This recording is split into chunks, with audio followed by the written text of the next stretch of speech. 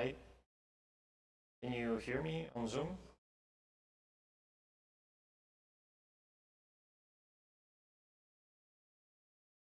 Okay. Today we're gonna continue, gonna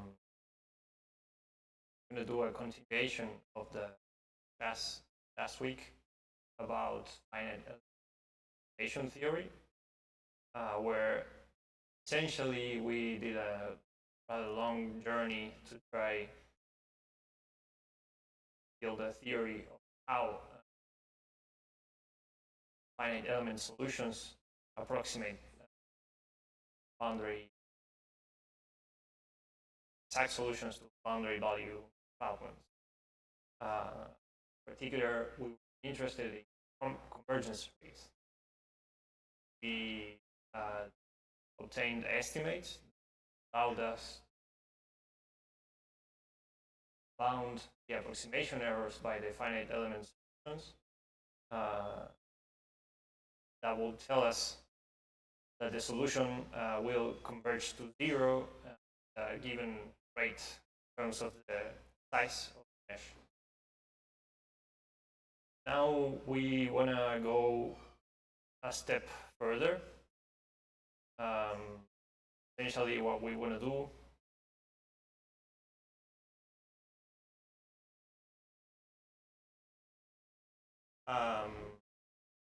do is to obtain bounds that can be explicitly computed. For this we need what's called a posteriori error estimate. So before, as I was saying, we obtained bounds that had this form, where we could bound error in the finite element equation by the norm of the exact solution to the problem that we were trying to solve. So this error here, we found that would converge to zero with a certain convergence rate, depending on the degree polynomials, finite elements. So I was saying this u is unknown, right? So cannot explicitly estimate here. So on the contrary, an a posteriori error estimate will give us a bound in terms of the finite elements, which is something that we know, which is something that we do. So this will allow to estimate the accuracy of the solution, and more importantly, actually, it will allow to attribute contributions, the error from different elements of the mesh. This is very useful if we want to do adaptivity. So this means that if the solution to our problem doesn't satisfy our requirements, error, right? So our tolerance lower than the error that we are able to estimate, then we want a better solution, and this allows find a strategy for how to do that, right? So, in general, what we are going to try to do if we want to have a better solution is to, for example, have a finer mesh. This way that is smart, right? We can try to identify where most of the error is coming from and refine preferentially there. So this allows to find the mesh, get a better solution, but do it in a way that saves the most computational cost possible. So let's see how we can do that. As usual, we are going to be H finite element space where our solutions will live, and we're going to be taking the usual just Lagrange finite element spaces of degree r, and we're going to be working on a certain polygonal domain. So recap what we proved before. We had a continuous function, closure of the domain. We were able to prove this estimate here, for example, where now this IH usual interpolant. We were able to prove estimates where T is the norm that we are free of the norm that we are using to estimate the error, and here we're having convergence rate H S minus T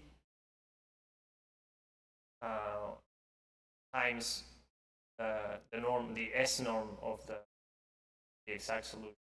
Here we were having T here either 0 or 1, so meaning we bounded the L2 norm and H1 norm of this approximation here, and S, we're having the requirement that it be greater than 2, and now I'm going to mention why we needed that before and how we can extend that for lower S. So here S is the regularity of the solution, right? So before we were having solutions on H2 at least. So now what we want to do is to see what happens when the solution is less regular. For example, a solution that can live on H1. So we want to weaken vision here that S is greater or equal than 2, right? But the problem is that in that case we cannot use this interpolant here anymore, right? Because functions in H1 don't have well-defined point values, as opposed to functions in H2, which for 2 and 3 dimensions, we had the Sobolev embedding theorem that told us that H2 is embedded in C. So this is not the case for less regular functions. So this is a problem because we cannot use this interpolant that requires evaluating function at certain point.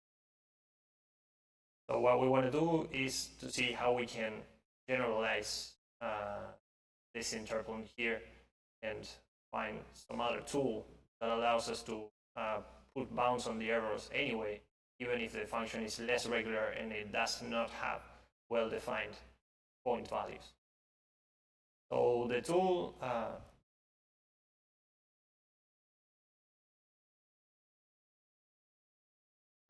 that we're going to construct is called the Clement interpolant, and let me first tell you what the result is going to be. So what the approximation properties of this interpolant are, and then we are going to go on and construct the interpolant, prove some of these properties in a restricted case, only to get an idea of how the theorem here for the Clement interpolant is that given a certain domain omega and triangulation of mesh size h, shape constant gamma.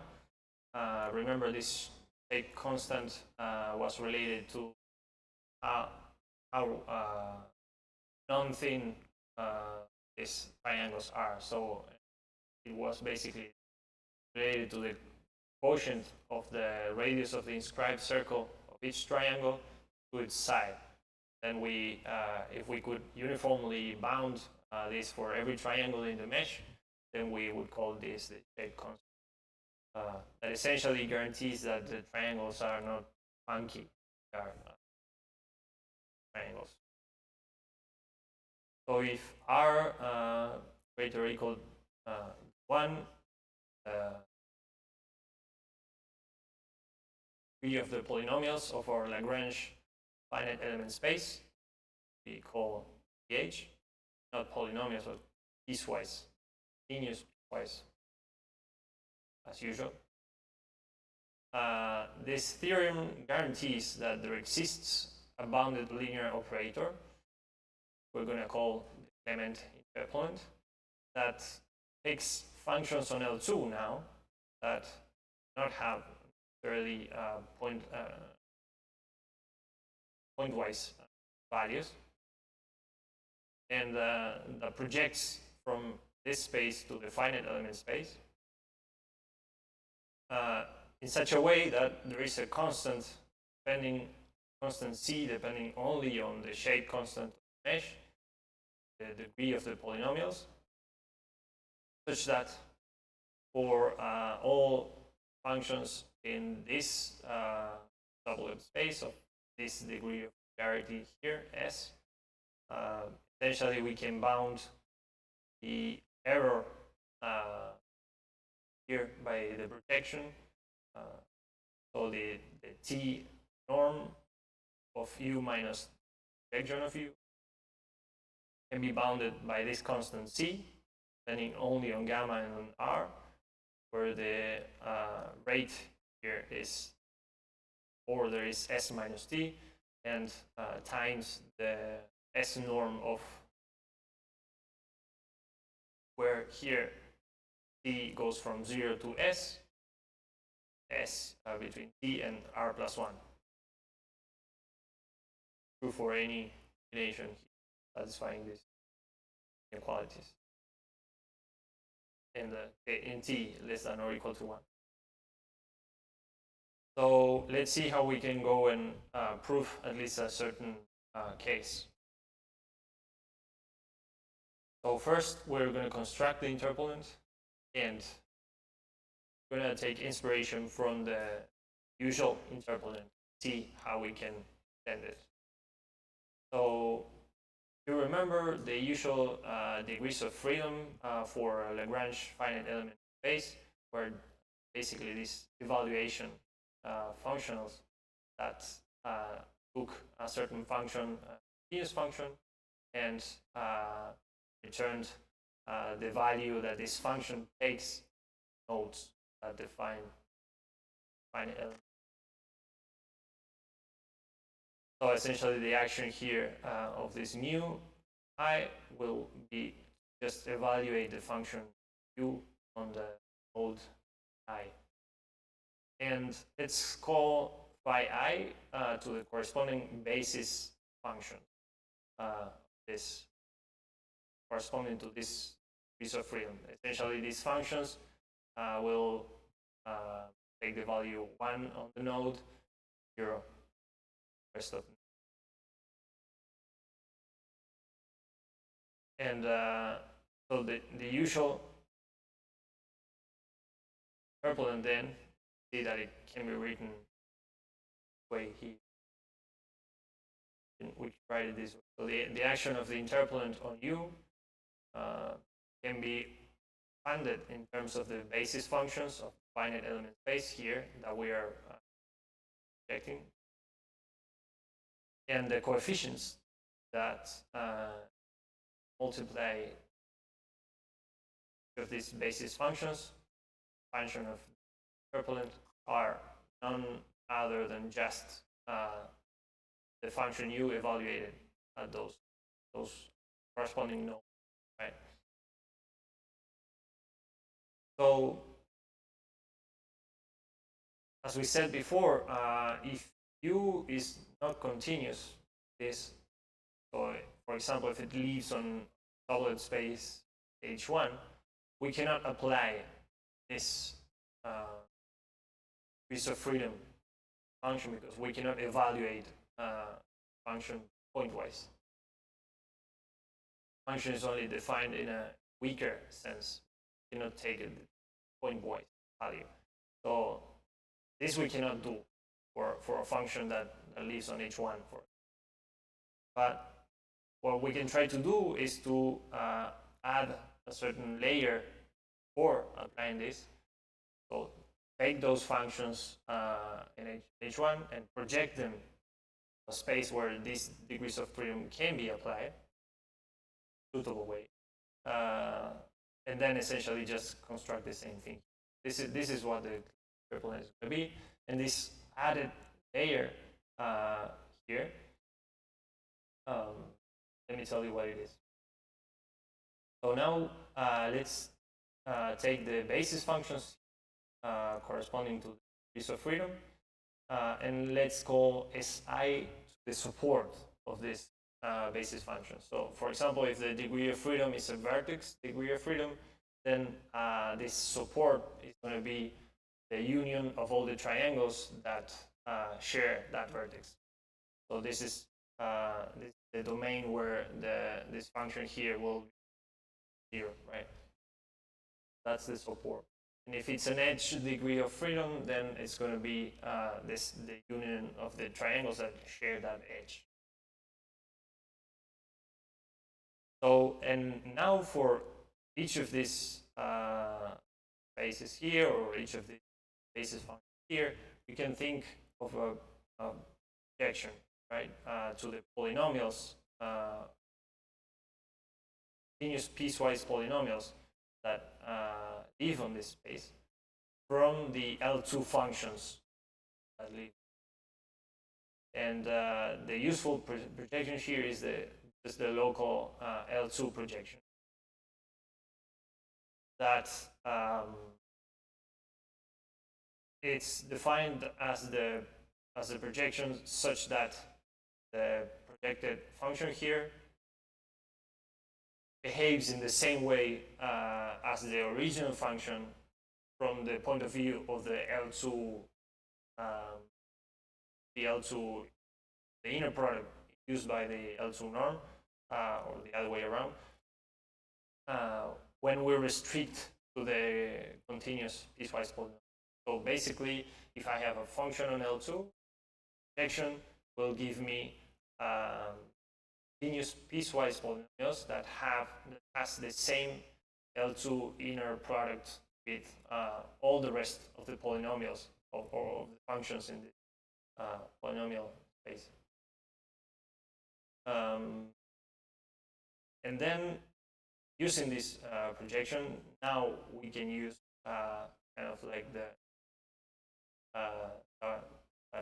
find the usual interpolant before. So we define the Clement interpolant in this way here. We call it pi h, and if we expand it on the basis functions, now on the whole domain, the coefficients that multiply each of the basis functions are going to be the standard degrees of freedom of the finite element space, but now applied instead of u to L2 projection, right? This a piecewise polynomial here that can be evaluated without problem. So this is what I meant with adding one layer here. We first L2 project to the continuous piecewise polynomials, and then we construct turbulent. So some properties of this operator here worth mentioning. First, going back to the linear or the usual interpolant, see that it's local, right? The sense that if the function that is being projected vanishes on a certain triangle, then naturally its interpolant interpolation will also vanish, right? This is not the case for the Clement interpolant. Not true. The fact that U vanishes on T does not guarantee that its Clement interpolation will vanish on T as well, because we have this L2 projection that takes global information from a larger domain. So this interpolant here is only quasi-local. sense that the interpolant will vanish T, provided that U vanishes on a bigger domain, right? Not only on T, but on a bigger domain, constituted by the union of all the triangles that share at least one vertex with T. So you can imagine you have a triangle on a mesh, and a certain function vanishes on all the neighboring triangles as well, in addition to the triangle itself, then the Clement interpolant will vanish on the triangle, central triangle. So the interpolant is not so local, but it's at least quasi-local in this fact. It can be seen, and we're gonna show how this can be proved in a moment. That for any T and S satisfying these inequalities here, so the posterior is less or equal less than or equal to T, less than or equal to S, less than or equal to R plus 1, where R is the key of the polynomial space, then the interpolant satisfies this equation error bound here, where we have here the HT norm of on the triangle T, and this can be bounded by C times HT, the S minus T, times the S norm of the function that's being interpolated, but now on this bigger domain T tilde is the union of the triangles that share at least one vertex. And here, this S here is the regularity, the degree of regularity of the function. And the constant C only depends on the shape regularity of the mesh and R. So this thing here, from this result here, the theorem that we showed before easily follows, right?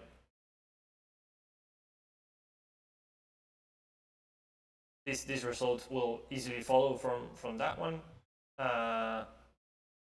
are going to prove it, this result here, only in the case of linear elements, right? So where polynomials are just linear, so the degree here is 1. Just to get an idea and to avoid too much technicality.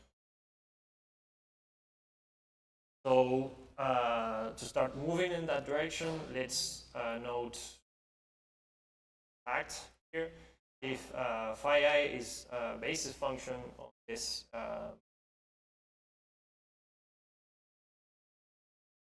polynomial space, then the L2 norm of the basis function on the triangle T can be bounded by the square root of the area of the triangle itself.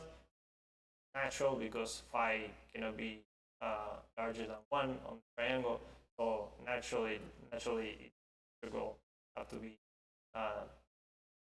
integral of phi squared would have to be less than the square root of the area of the triangle itself.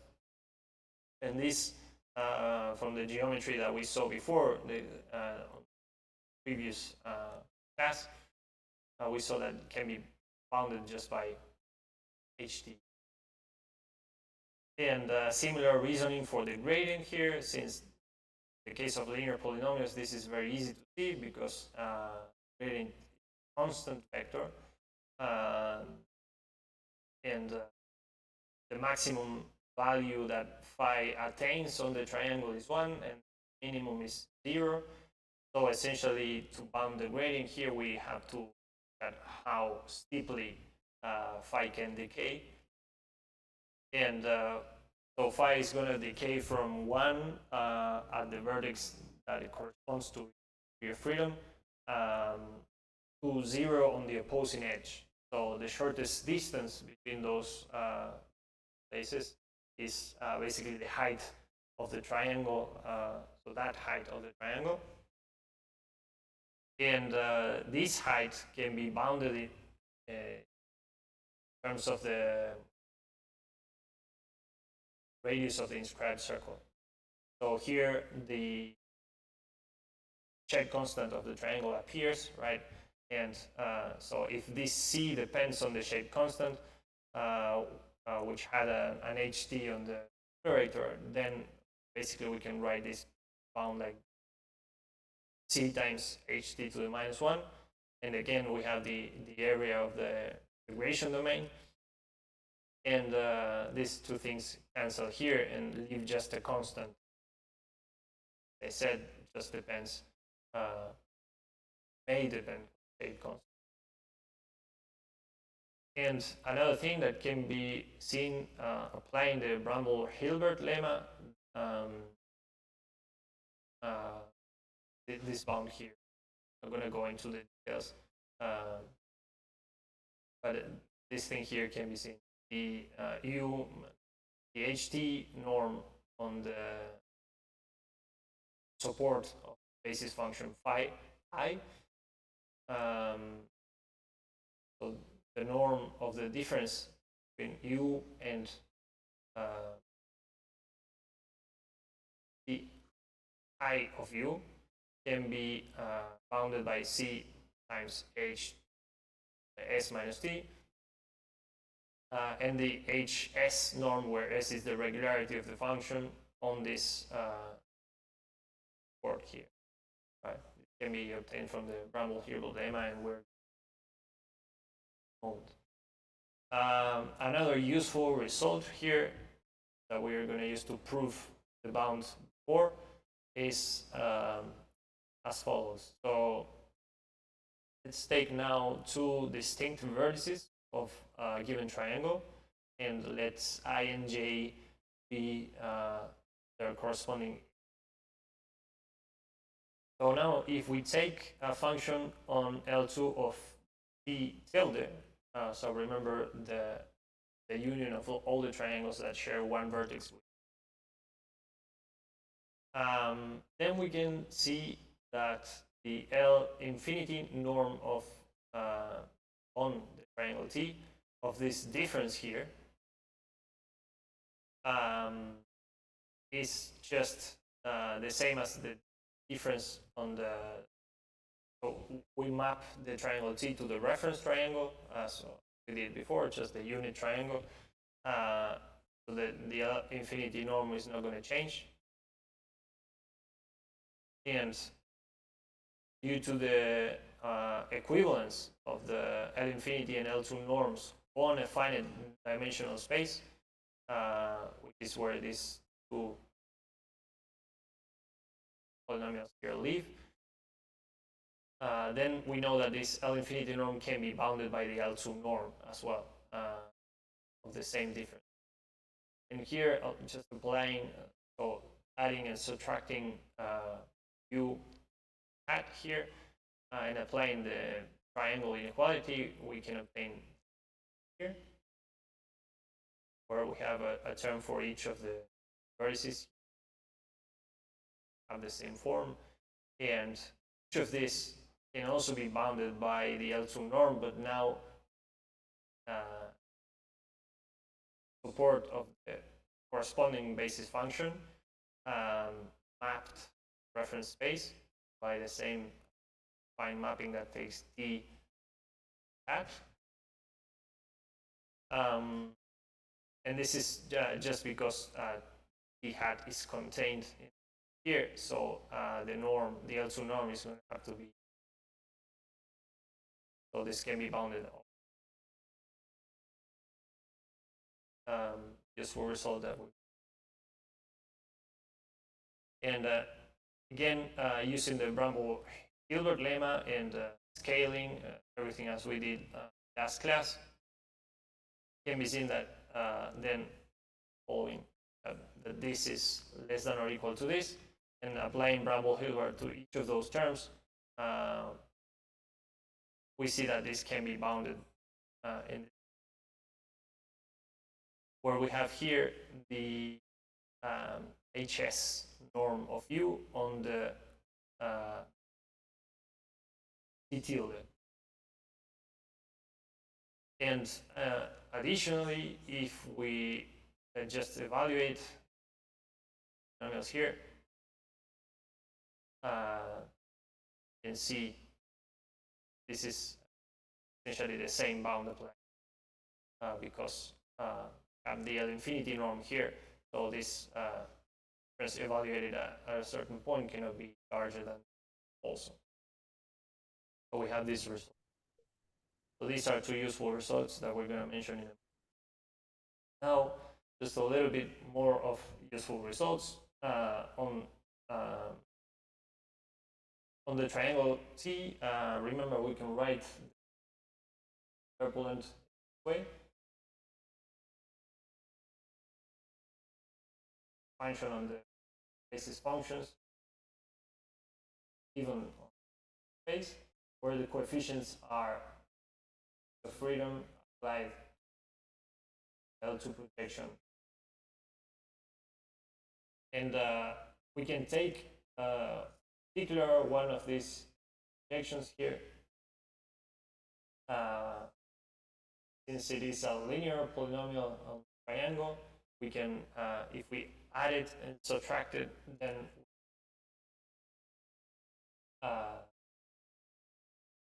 since this linear polynomial here equal to its own Clement interpolation because it's polynomial, basically if we add it and subtract it, we write expression here where u minus the Clement interpolation of u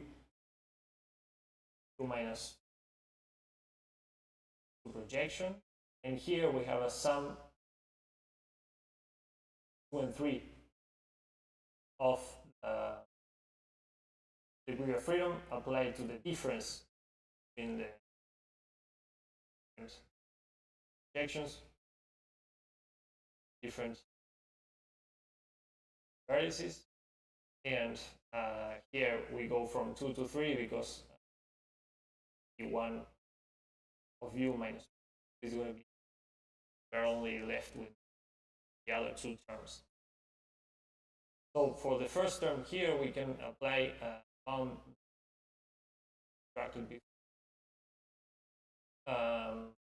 and find here.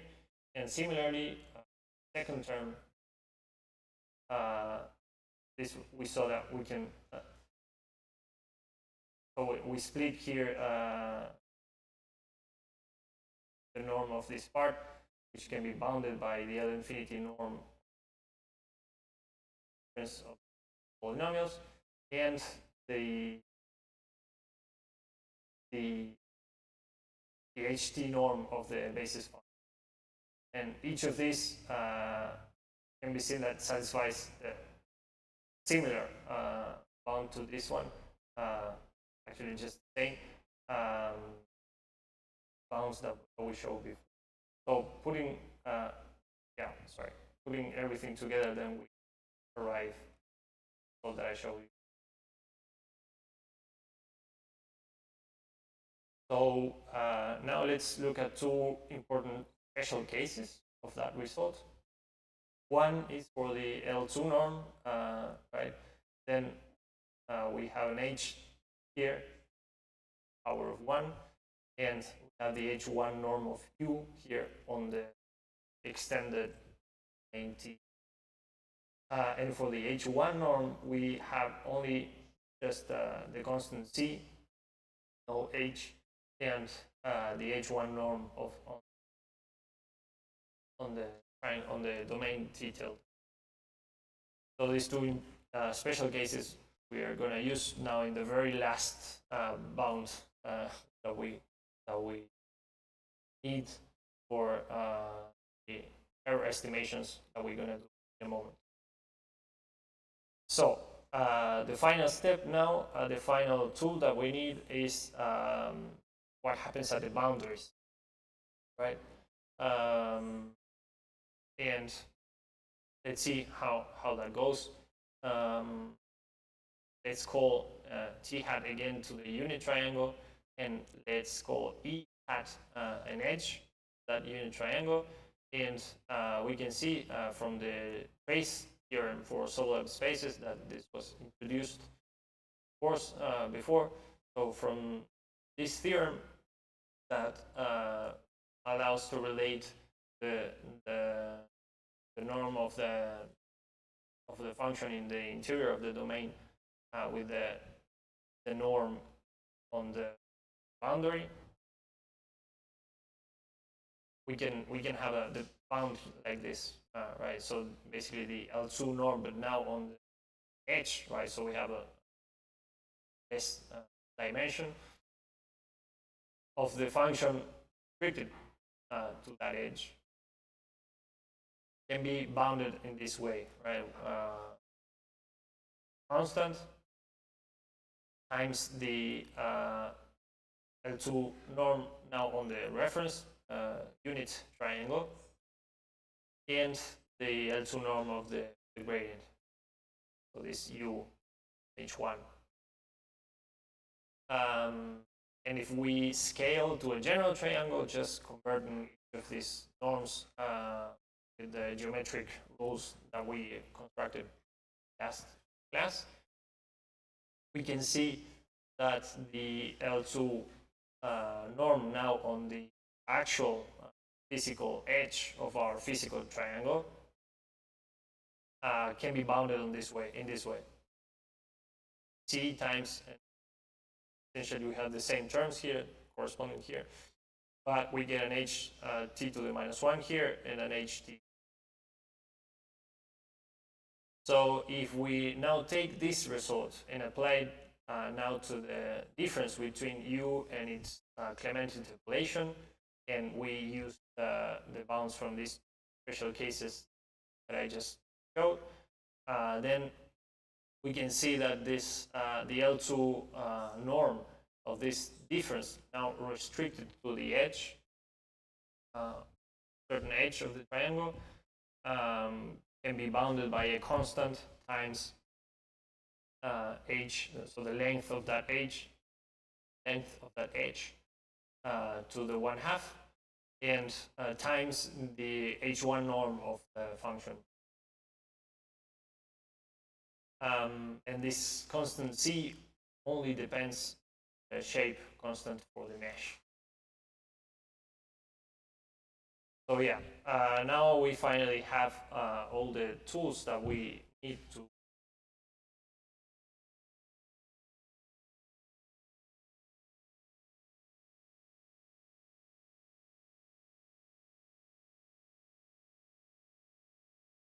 okay, let's do a brief pause.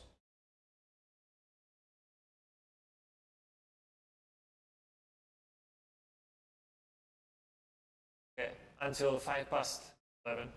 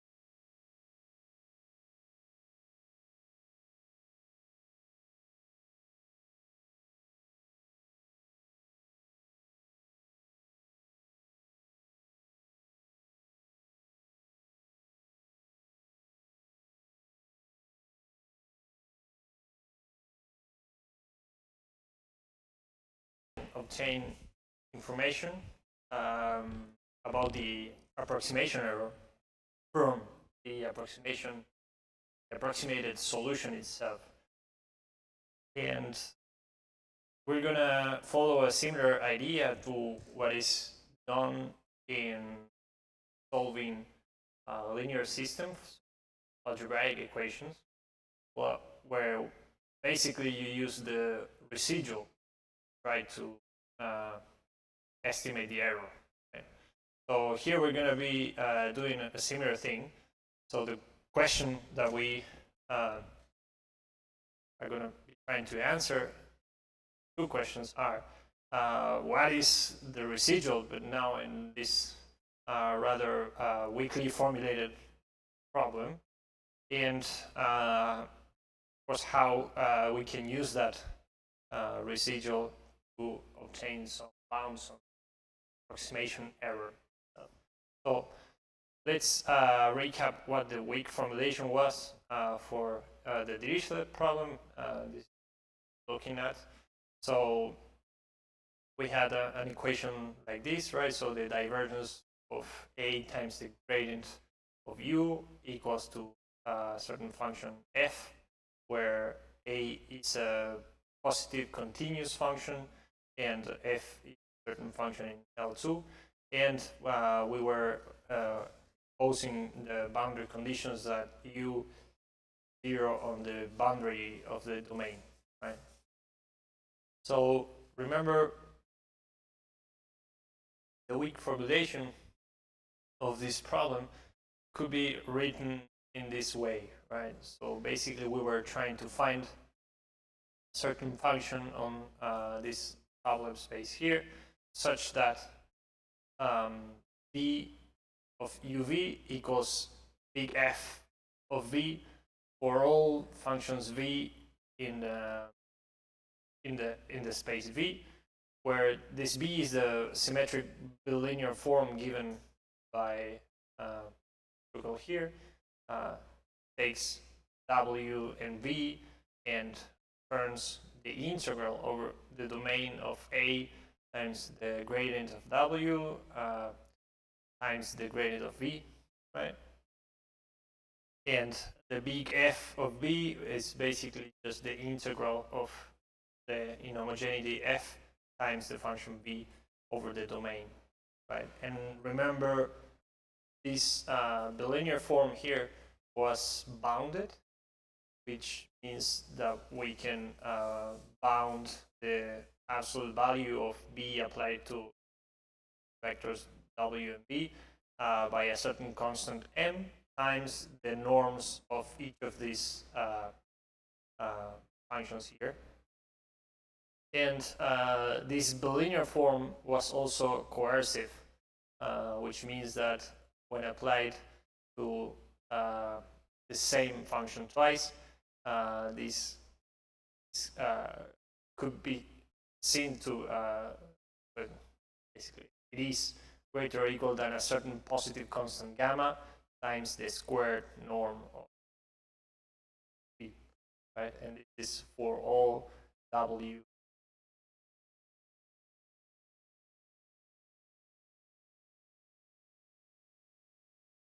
So this is the weak formulation. And what is a residual now in this context?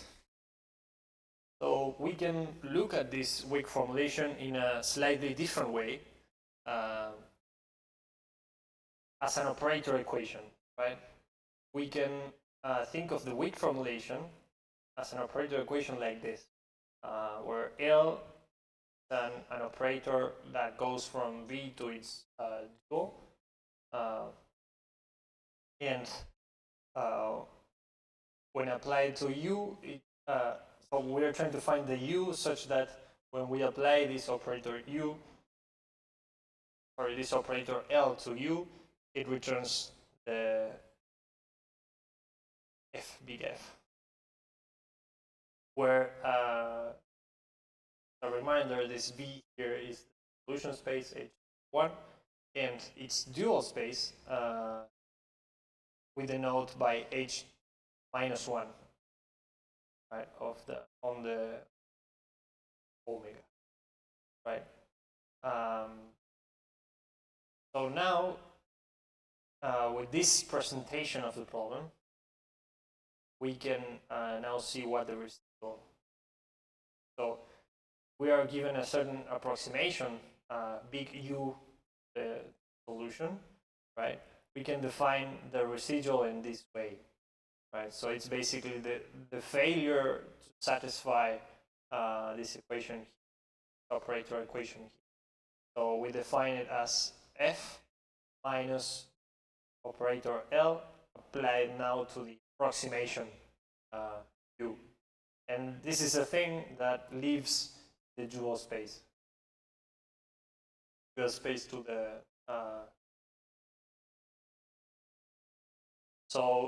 in other words, when we apply the residual on a given function W, this is basically F of W minus the form B applied to U and W, right? So this is what the residual does to a certain function. So a few things to notice here that will help us relate the residual error are the following. So if we apply the residual now to a certain function W, this can be written this way, right? Because U is the solution to the problem. So we can write it in this way, B of U minus U and W, right?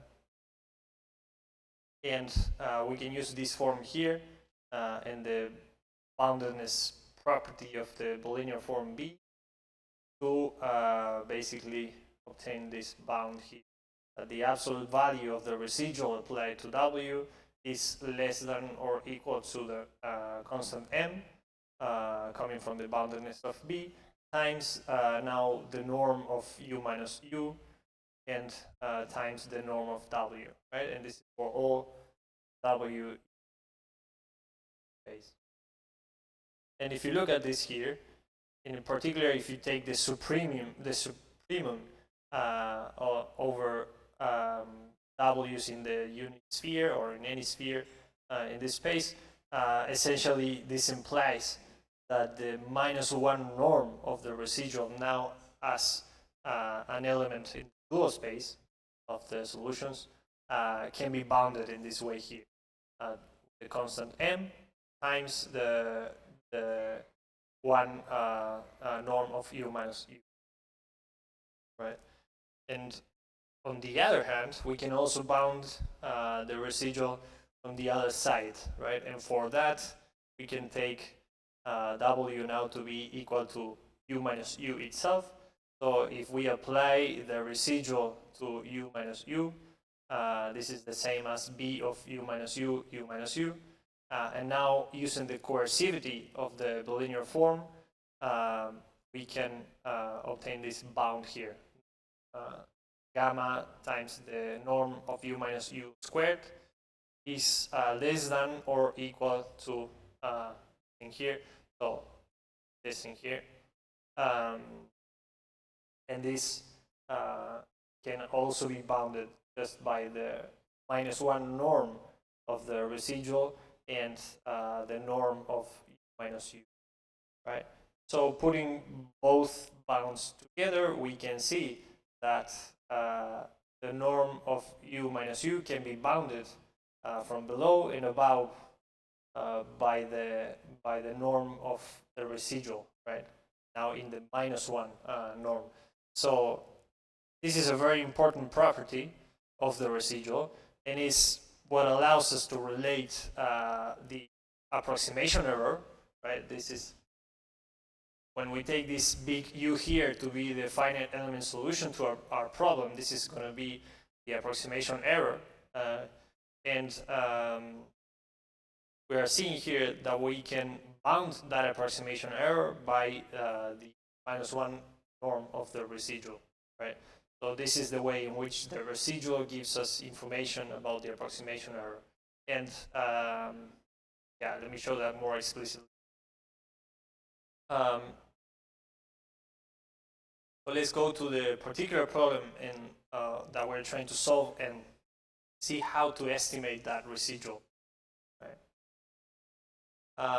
As usual, we call VH the Lagrange finite element space with a certain mesh H and polynomials, piecewise polynomials of degree R. And let's call UH to the corresponding finite element solution.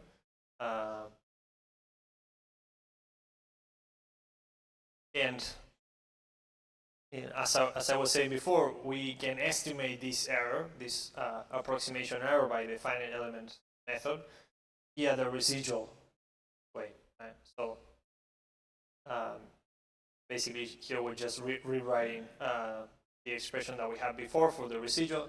When we take the residual here, where now the function is the finite element approximation, and apply that to any function w, this gives us f of w minus the bilinear form of the finite element solution and w. Okay. So as you see here, this thing here involves only things that can be explicitly computed. So this is the tool that we're going to use to get a posteriori bound of the error, the approximation error. Okay. So going back,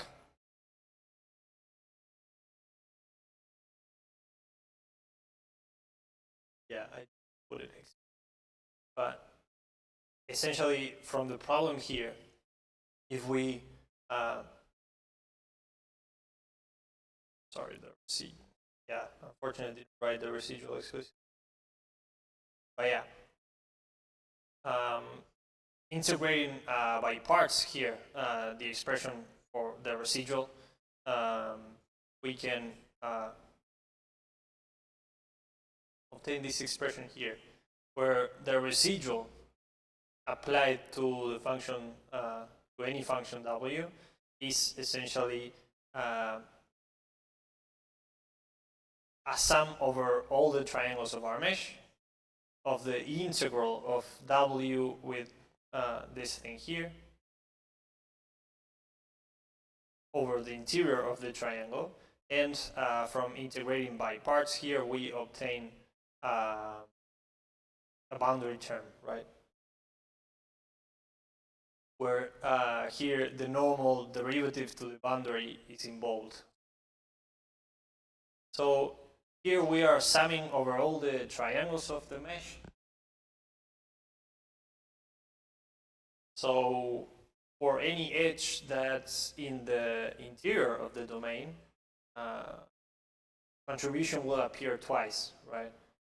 For every triangle, each shared edge will appear twice. And so basically we can put the two contributions together. If let's say let's call E to a certain edge here on the interior of the domain, so not a boundary edge. And let's call T minus and T plus to the two triangles that share that edge.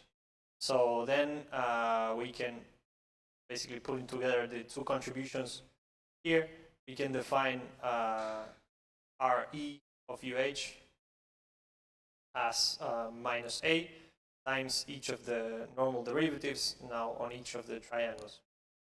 But these normals here from each side are just one the opposite of the other.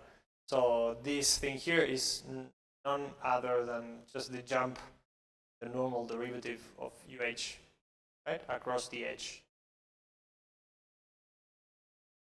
And also for each triangle, just for simplicity, we define RT now, so the contribution from the triangle to the residual in this way, so that then the residual can be written as a sum over all the triangles of the integral over the triangle of the triangle part of the residual, and similarly a sum over all the interior edges of this RE that we just defined, that involve the jump in the normal derivatives of the function. So another way that we can write this is just considering that since each edge appears twice, then we can just sum over all of the triangles, right? And on each triangle, sum over the edges, but to avoid counting the edges twice, we put a 1/2. So the good thing about this is that we were able to write this residual here as a sum of individual contributions coming from each of the triangles. So now let's try to bound that. One important thing is, so up to now, we didn't use the properties of UH. So the most important property of the finite element solution is that it satisfies the Galerkin orthogonality, right? So if we consider the orthogonality in the sense as defined by this bilinear form B, we know that basically the error function lives outside or is orthogonal to the solution finite element solution space, right? So any error that we make in the approximation has to be orthogonal to all functions that live on this space. So that means that in terms of the residual, basically the residual of applied to any function in this space is 0. So we can add it like this. So basically for any function w, we have that this is the same as this. So in particular, if we take this arbitrary v in the finite element space now to be the Clement interpolant of w, then just written this way, and now we can use the properties of the Clement interpolant to obtain the bounds, right? So all the bounds that we constructed in the first part expression. So again, now we can write the residual applied to any function. Now, basically using the expression before, but replacing w by the difference between w and its Clement interpolation, because since this lives on the finite element space, it doesn't matter, it vanishes. So we can write it in this way as well. And now finally, we are in a position to bound each of the contributions. Right? Use the bounds from the first part to bound these integrals here. So the integral of the triangle part, the triangle interior of the triangle contribution, then that we can bound as the L2 norm of this thing here times the H1 norm on the bigger. Remember the union of all the triangles that share one vertex with the triangle T of the function W bound that we had before. And for the edge, we're going to use the result that we constructed for the edge. And we similarly obtain a bound like this, where we have the length of the edge to the 1/2, and the L2 norm now over the edge of the restriction of here, and the H1 norm of W again. So summing everything, we basically we can bound the absolute value here by all the bounds that we had from here, summing all of these bounds we have a sum over all of the triangles of the contribution coming from the interior of the triangle, the contribution coming from the jump on the normal derivative, and the H1 norm on the extended triangle T, extended domain T tilde of W, right? And so here we have a sum over all triangles of the product of these two things, so we can apply Cauchy-Schwarz just to write it as, or to bound it by square root of the sum of the squared of these terms, and the same for this one here, and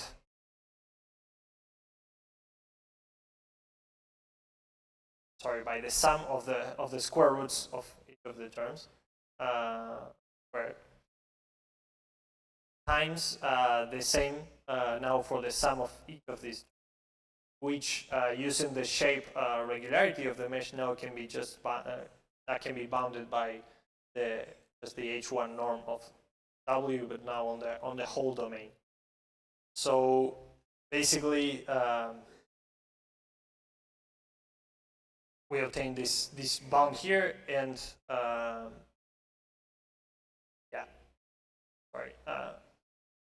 Again, similarly as we did before, we can take the supremum of over W on the sphere, and this just allows us to see that the norm of R to H in the -1 norm can be bounded then by the first part of the expression. So here we bounded the residual, but we had previously established that this residual could be used to bound the approximation error as well. So essentially, this is just a bound for the approximation error too, right? We can bound the approximation error here by this sum over all triangles of this term here, and over each of the edges of the triangles. So summarizing here, we can see that everything that appears on this expression can be explicitly computed, right? And not only that, but it satisfies the initial goal that we had of writing bound the error in terms of contributions coming from each individual triangle, right? So as I was saying at the beginning, that can be used for adaptive mesh refinement, which I'm going to just briefly comment and define now, since we have a bound from the error split from the in contributions from each of the triangles, then we can identify where most of the error is coming from and intelligently refine just that region to efficiently improve the error by our finite element approximation. So essentially, we can write the bound that we had before, just calling each of the terms that we were summing as a certain eta square corresponding to the triangle T. So then just that the bound that we had before just becomes this sum over all the eta of each of the triangles, right? And this is the estimation that we have for the error coming from a specific triangle, right? So this is an indicator of the local error. And we can use that now to define a refinement strategy. Very naturally goes in this way. So in the first step, we have a certain mesh, and we compute the finite element solution, right?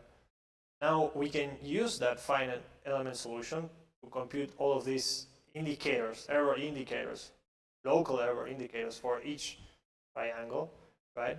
And then we look at the global error. if this global error is less than our tolerance for the problem that we have, we say, okay, this is fine, this is solution is good enough, just terminate the process.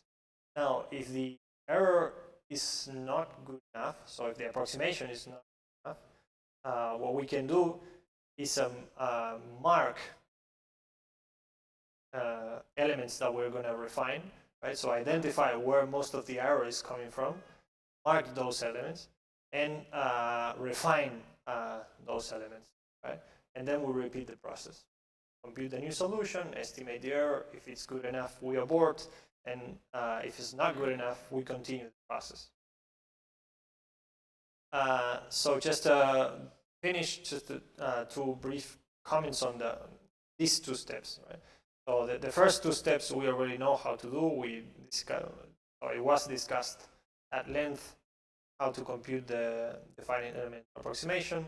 Today we discussed how to estimate the local contributions and then obtain a computable estimate for the accuracy of the approximation, and so how to mark and how to refine. There are a few ways how to do that. One way that immediately would come to mind is what's called maximal marking.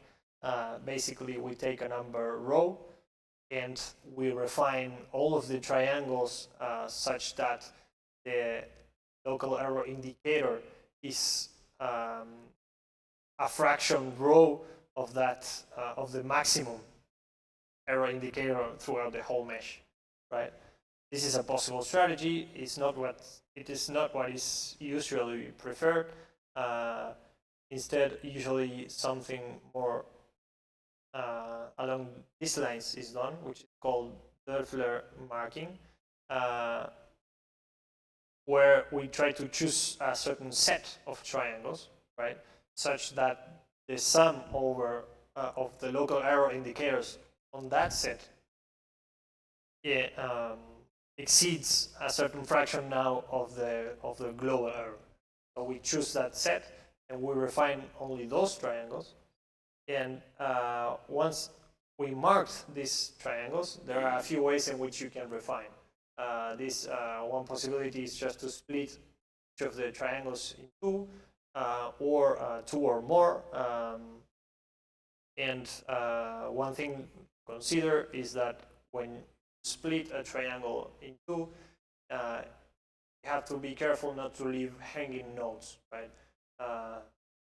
Find one triangle, then you can have a vertex that lies on the edge of another triangle that's not refined. So now you have to refine that as well in such a way to not leave any hanging nodes. So these are the main ideas that are usually needed, taken into account when doing an adaptive mesh refinement. And that's all for today.